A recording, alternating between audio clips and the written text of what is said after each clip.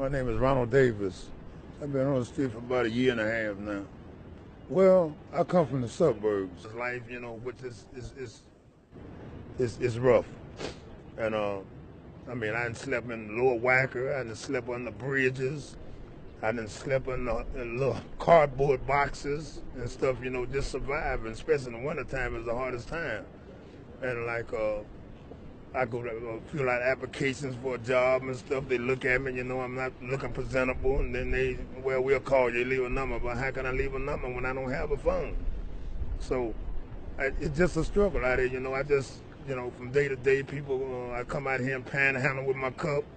Right here at the Metro train station, people come off, bringing me sandwiches and stuff like this here. And I start out in my morning about 6 o'clock. You know, sometimes I don't even have enough to go to the flop house. You know, sometimes the flop house is a cheap place and they number $16 for 24 hours right over there on Clark and Van Buren. And a lot of times I don't have enough money for that, so I had to end up sleeping in the park or on one of these benches downtown or something like this, and then the security guards come and run you off about 5 or 6 in the morning. So by 6 o'clock I started panhandling and trying to survive. And like I said before, some days I don't even have enough to get a room, so I just sleep on the street. But I depend on the people that's coming off the train because most of them I give them respect. You know, most of them like me. They come out and give me clothes and food and stuff like this here so I can survive. Give me a few bucks and everything, and I add it up at the end of the day and get me a little room for the night. And whenever I'm not fortunate enough to get the room, I just sleep in the street wherever I can. It's really humiliating to be shaking a cup 24 hours a day and people just look at you like you some kind of little bum, you know what I'm saying? I mean, I have had people to walk past me and say, "Get a job, bum." And I said, "Wait a minute, I'm not a bum, I'm a human being." And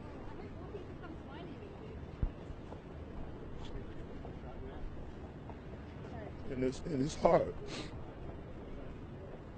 But after the end of the day, when people go home and everybody get on the metro train and they mind, and then I just feel so bad that I can't be going home, you know. I mean, I'm sorry, but it's really emotional because I'm really trying to get myself together and get off this tree, you know. And I don't care what it's doing. If I can get a job and through this humility, you know, I mean, you just lose all your humility when you're shaking a cup begging. You know what I'm saying? I mean, you can look at a person and tell if they give you respect or not. You know what I mean? A lot of people look at you like you're just a piece of crumb. You know, I had one guy walk past me and talk about me so bad, and then I just looked at him. I said, "God bless you, sir." He walked past and went down the street, come right back.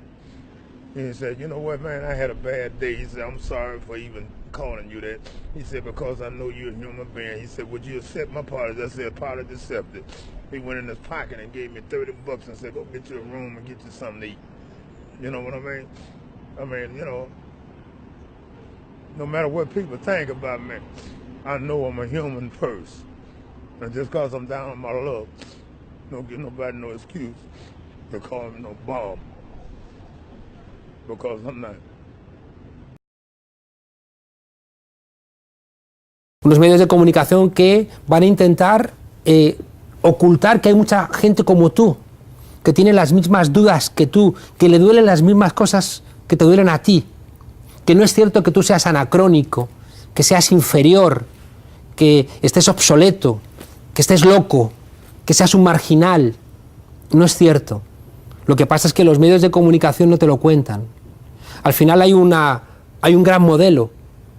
En Estados Unidos no hay pobres. Y uno dice, ¿cómo que no hay pobres? Si hay 40 millones de personas que prácticamente no tienen ni siquiera techo. Y te van a decir, no hay pobres porque lo que hay son perdedores. Lo que hay son losers. Y la diferencia entre un loser, entre un perdedor y un pobre, es que el perdedor es responsable de su fracaso. Mientras que el pobre puede haber algún tipo de explicación social.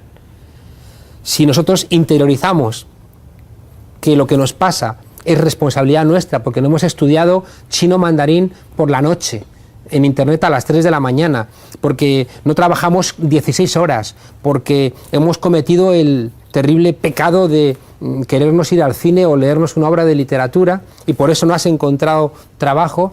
Claro, si hemos interiorizado eso, el dolor se va a convertir en un dolor individual y por tanto no va a ser un dolor capaz de mejorar nuestras sociedades.